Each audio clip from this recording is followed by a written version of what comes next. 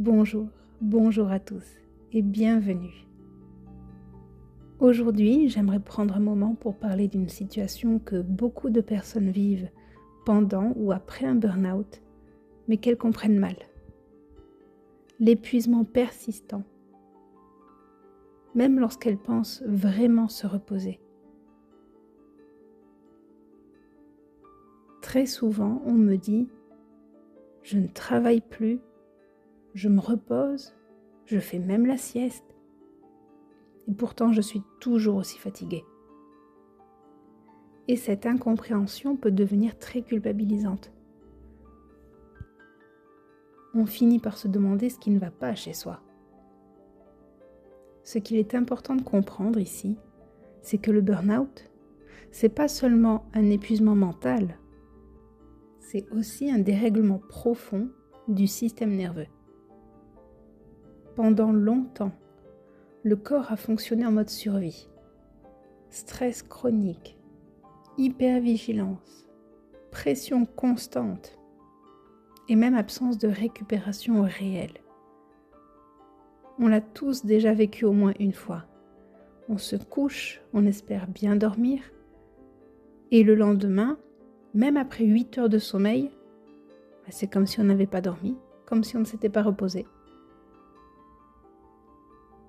Quand la charge extérieure diminue enfin, le corps, lui, ne se détend pas immédiatement. Il reste souvent bloqué en mode alerte.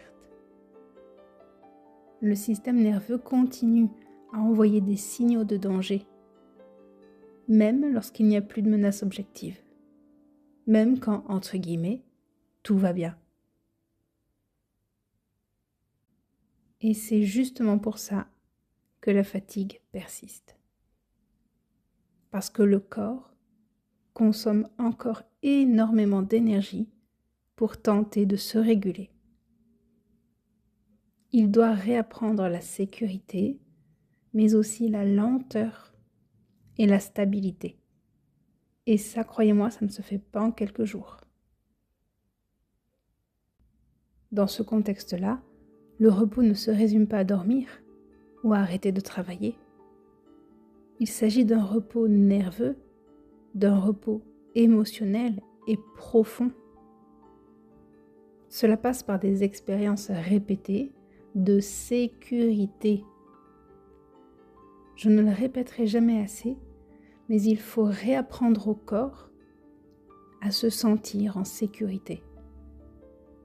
Par une écoute fine de ses limites, parfois par un accompagnement respectueux qui écoute le rythme de la personne, ce qu'elle a vécu, ce qu'elle ressent.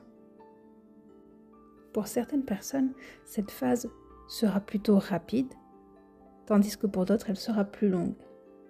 Et c'est tout à fait normal. Le corps ne trahit pas, il protège. Dans ce fonctionnement-là, il tente vraiment de vous protéger d'un danger.